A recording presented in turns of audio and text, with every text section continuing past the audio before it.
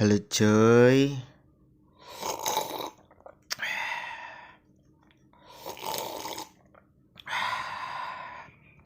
Sebelum ke video kita ngeps dulu ya kan.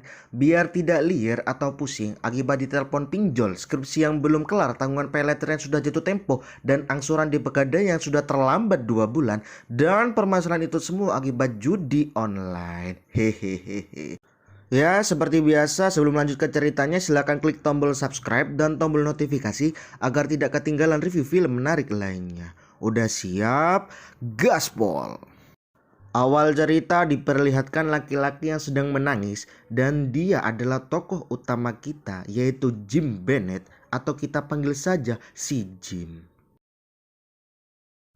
Dan dia adalah sang kakek yang sudah tidak berdaya akibat penyakitnya. Jim sedang menemani kakeknya yang sebentar lagi akan meninggal. Dan sang kakek mencemaskan Jim, bagaimana kalau tidak ada harta atau aset yang bisa diwariskan kepada Jim. Ya tentu saja membuat Jim sangat kesal karena tidak bisa deposit di situs judi online yang biasa dimainkannya. Scene memperlihatkan sang kakek yang sedang dimakamkan dan Jim hadir dengan jas dan kacamata yang sangat memperlihatkan bahwa dia tidak sedang berduka cita. Jim pun pergi dan inilah. Setelah menghadiri pemakaman kakeknya, Jim langsung mengendarai mobilnya untuk pergi ke suatu tempat. Tempat apakah itu? Entahlah, hanya mas-mas barista ganteng yang tahu. Diperlihatkan Jim sedang menukar beberapa uang dengan chip. Setelah menukar uang, Jim bertemu dengan seorang gadis. Akan tetapi Jim tidak menghiraukannya. Ternyata tempat itu adalah sebuah kasino dan Jim adalah seorang penjudi. Astagfirullah, baru aja loh kakeknya meninggal tapi dia malah Jim bermain blackjack bukan slot pragmatik yang biasa kalian mainkan. Blackjack atau dikenal dengan 21 atau kartu 21 merupakan salah satu dari banyak permainan kartu yang biasanya dilakukan di kasino. Blackjack adalah permainan yang berasal dari Prancis dan telah ada sejak sekitar abad ke-17 hingga ke-18. Dan permainan kartu ini diperkirakan mulai masuk ke dunia maya pada tahun 2000-an. Jim datang dengan modal $10.000 atau kisaran 150 juta kalau dirupiahkan. Jim langsung menaruhkan semua uangnya dalam taruhan tersebut.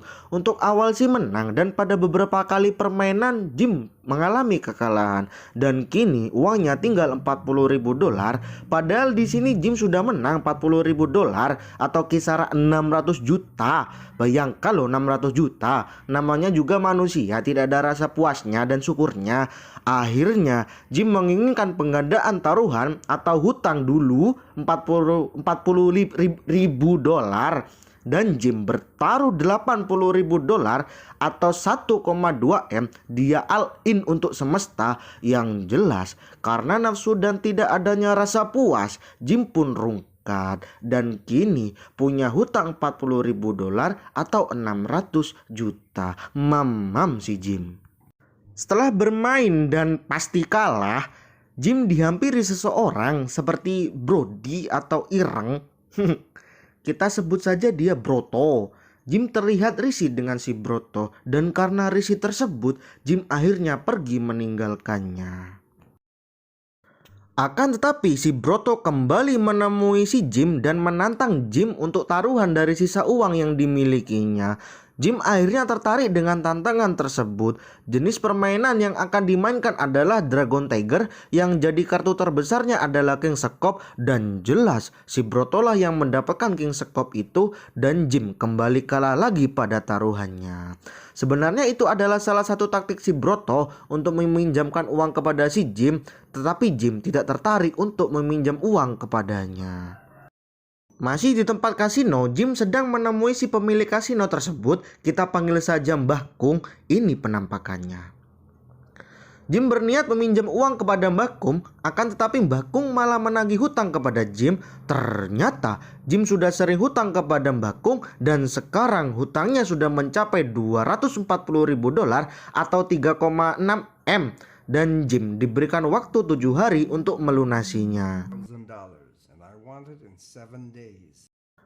Jim melihat keluar jendela ada Broto yang sedang bersantai dan Jim melihat satu harapan untuk menambah pundi-pundi hutangnya. Ternyata benar. Jim datang kepada Broto dengan meminta pinjaman $50.000 dengan bunga 20%. Sungguh ireng yang suka riba.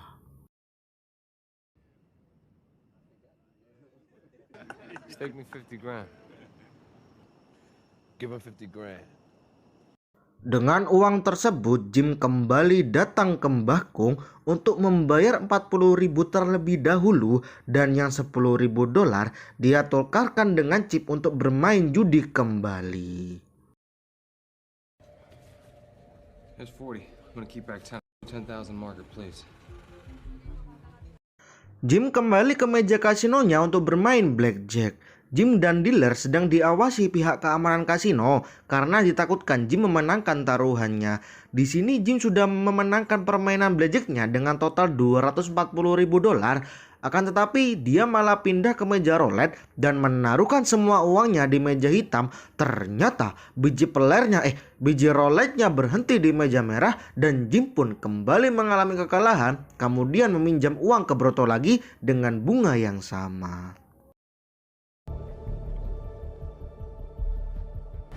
It's for your protection. For my protection. Clarence.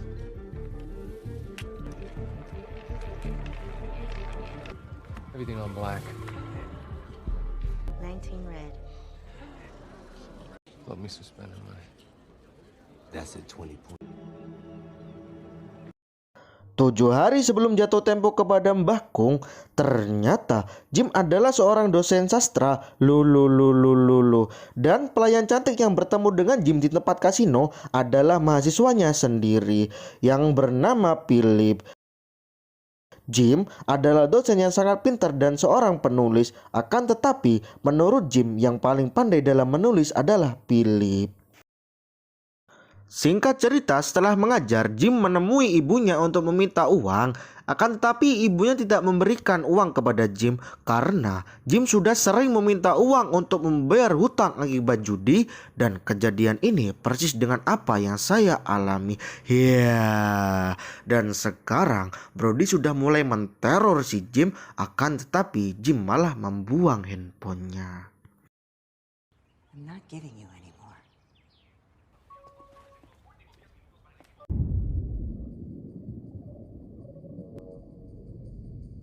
6 hari sebelum jatuh tempo, Jim sedang menunggu seseorang yang akan mengantarkannya menemui rentenir untuk meminjam uang kepada rentenir.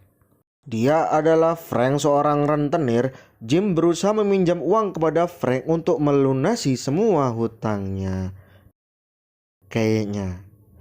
Akan tetapi Frank mau memberi pinjaman kepada Jim dengan syarat Jim mau menuruti semua ucapan yang disuruh Frank, termasuk untuk menghina dirinya Jim itu sendiri. Dan itu sungguh sangat rendah sekali. I am 260 Something from you. I am not a man. Scene berlanjut ke kampus. Philip sedang menemui Jim untuk menanyakan apakah yang dikatakan Jim itu benar tentang bakat yang dimiliki Philip dalam menulis. Akan tetapi Jim malah menyuruhnya pergi.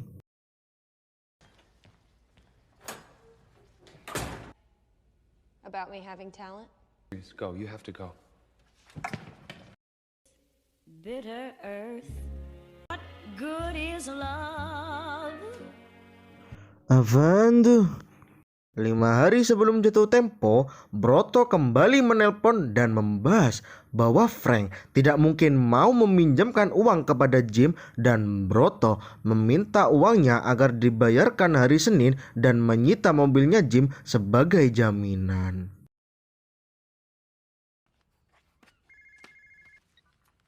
Little Frankie for some money. He wouldn't loan it to you. She into me. And I ain't Fannie Mae. Money by Monday. I'll take that car of yours. Kembali ke kampus, di sini Jim sedang mengajar mahasiswanya. Dia adalah Lamar, salah satu mahasiswa Jim. Lamar asik bermain handphone di saat Jim sedang menerangkan mata kuliah yang mana membuat Jim marah karenanya. Jim kemudian menyuruh mahasiswanya keluar kecuali Lamar. Anjing bisa-bisanya lo Seri. Originally. That's why I'm here. The fucking phone! Everybody else, just go. Jim menanyakan kenapa Lamar tidak mau mendengarkannya dan malah asyik bermain handphonenya sendiri. Di sini pun kita tahu bahwasannya Lamar adalah seorang pembasket profesional dan dia sedang dituntut pelatihnya untuk bermain semaksimal mungkin. Padahal Lamar sedang mengalami cedera lutut dan orang lain tidak peduli tentang hal itu. Yang penting Lamar harus bermain dan memenangkan pertandingannya, dan dari sini Jim pun memaklumi hal itu. Scene berlanjut ke rumah Jim, diperlihatkan mobilnya sudah disita dan ibunya datang menemui Jim dan membelikan HP baru. Ternyata sang ibu datang menemui Jim akibat ditelepon sama rentenir untuk menagih hutangnya Jim. Si ibu bertanya berapa utangnya si Jim dan apa yang terjadi jikalau Jim tidak membayarnya. Alangkah marahnya si ibu akibat perbuatan Jim yang sangat merugikan keluarga seperti saya. Believe the gangster who phoned my home. What'll they do to you if you don't pay? What happened to the family? Or anything you or anybody else fucking says, okay? Si brengsek Jim malah memarahi ibunya, akan tetapi ibunya tetap sabar dan mengajak Jim ke bank untuk mengambil uang tabungannya. Setelah mengambil uang tabungan dan memberikannya kepada Jim dan mengatakan bahwa ini yang terakhir, kalau Jim berada dalam masalah yang sama lagi, ibunya tidak akan menemuinya dan membantunya lagi. Dan Jim bukannya berterima kasih, dia malah mengatakan hal yang membuat ibunya menangis dan meninggalkannya. Dan sungguh ini perbuatan yang sangat durhaka. Yeah, I want to take the money and go.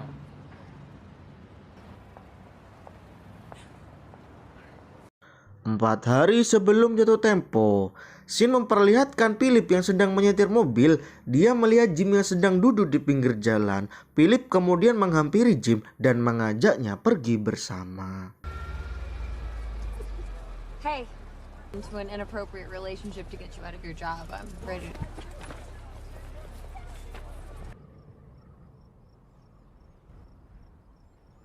Setelah sampai di tujuan, mereka pun asik mengobrol satu sama lain dan dari sinilah kedekatan mereka muncul.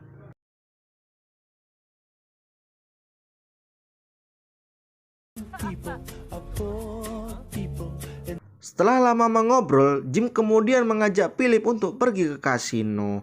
Dan alangkah durhakanya si Jim, ternyata uang pemberian dari ibunya bukannya dibayarkan hutang, akan tetapi malah dibuat judi. Emang agak rada-rada nih orang, padahal seorang dosen loh. Alhasil semua uang dari ibunya dihabiskan untuk sedekah ke bandar. $2,000. Dan setelah pusing akibat kekalahannya, Philip pun mengajak Jim untuk menenangkan pikiran di hotel. Mereka pun mengobrol lagi dan kalian tahu kenapa Jim selalu menghabiskan uangnya dan selalu bertaruh besar di setiap perjudian? Inside the victory, don't bother. Nah, sungguh sangat seperti saya. Everything?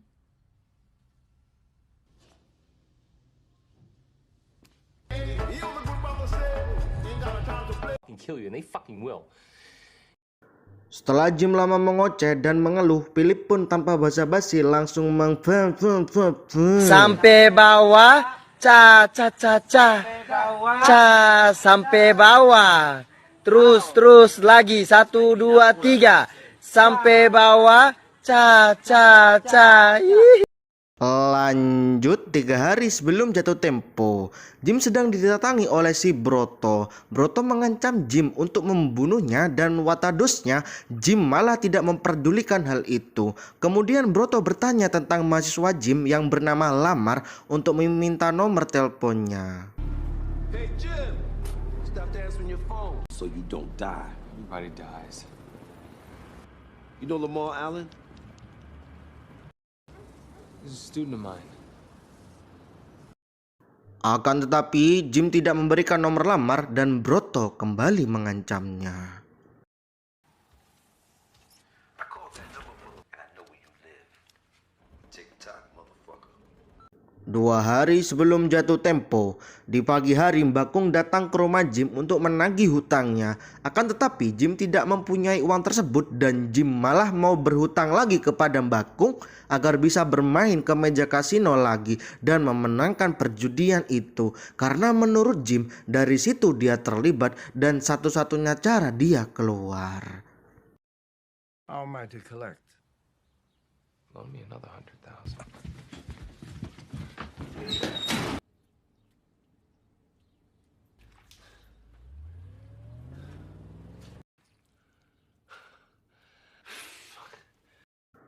Masih dengan Jim, diperlihatkan dia sedang menjual jam tangannya.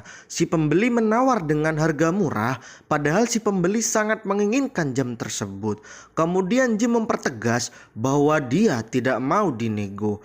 Dan si pembeli pun mengiyakan harga dari Jim. Akan tetapi... Ya, namanya juga usaha ya kan? Dan ternyata si Broto sudah mengepungnya dan langsung membawa si Jim.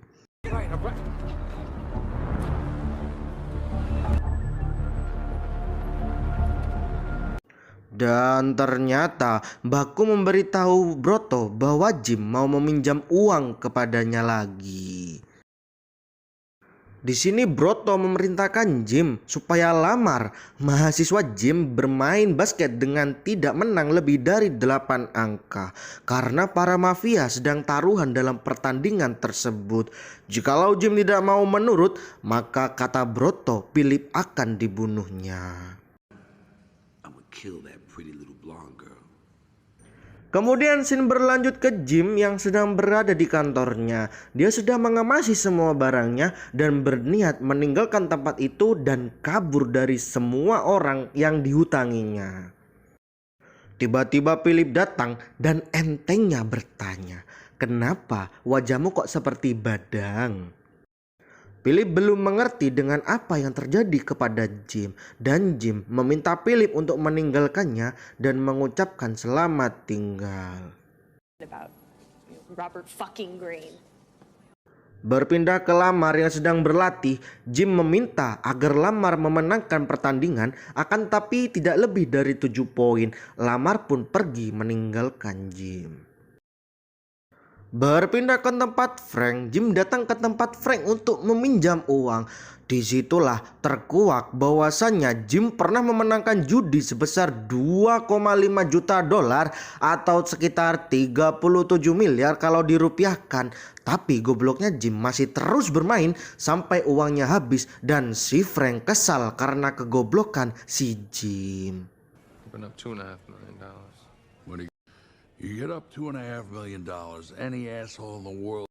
Akhirnya Frank memberikan Jim pinjaman dengan ancaman jikalau Jim tidak membayar hutang, maka Frank akan menghabiskan semua harta keluarganya dan membunuh semua keturunannya, dan Jim menerima pinjaman dari Frank dengan resiko yang sangat berbahaya.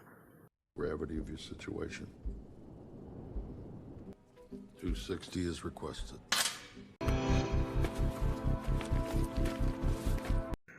Setelah mendapat pinjaman dari Frank, kemudian Jim pergi ke tempat Mbah Kung. Saya kira awalnya Jim mau membayar hutangnya. Ternyata Jim malah ingin pinjam lagi ke Mbah Kung. Ya tentu saja membuat Mbah Kung murka dibuatnya. Jim dihajar sama bodyguard Mbah Kung, akan tetapi Jim tetap memaksa agar Mbah Kung meminjaminya uang. Kok sampai segitunya loh?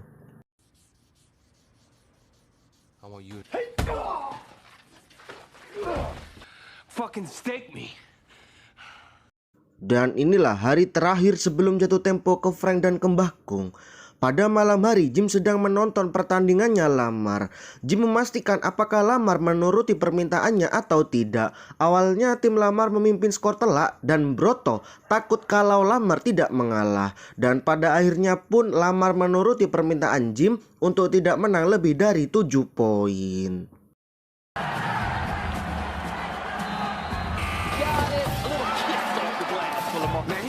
checking in for Lamar Allen.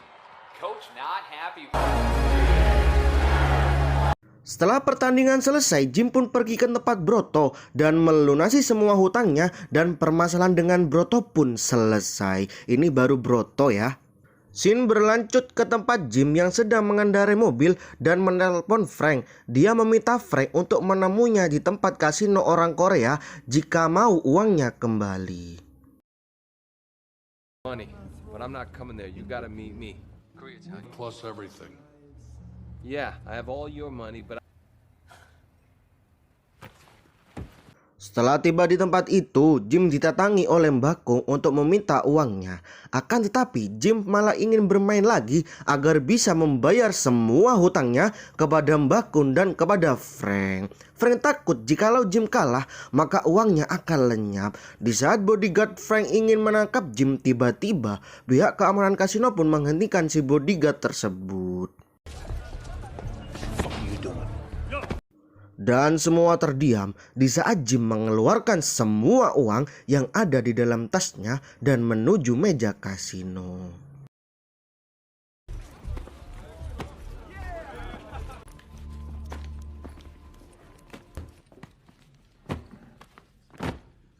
Dan alangkah terkejutnya mereka semua, sekaligus saya sendiri, bahwasannya Jim menaruhkan semua uangnya. Jikalau Jim kalah, maka dia akan dibunuh di tempat itu juga. Dan sutradara masih berpihak ke Jim untuk memenangkan judi tersebut sehingga bisa membayar semua hutangnya. Karena menonton ini, jiwa judi saya pun semakin bergejolak untuk segera deposit di situs judi online yang biasa saya mainkan.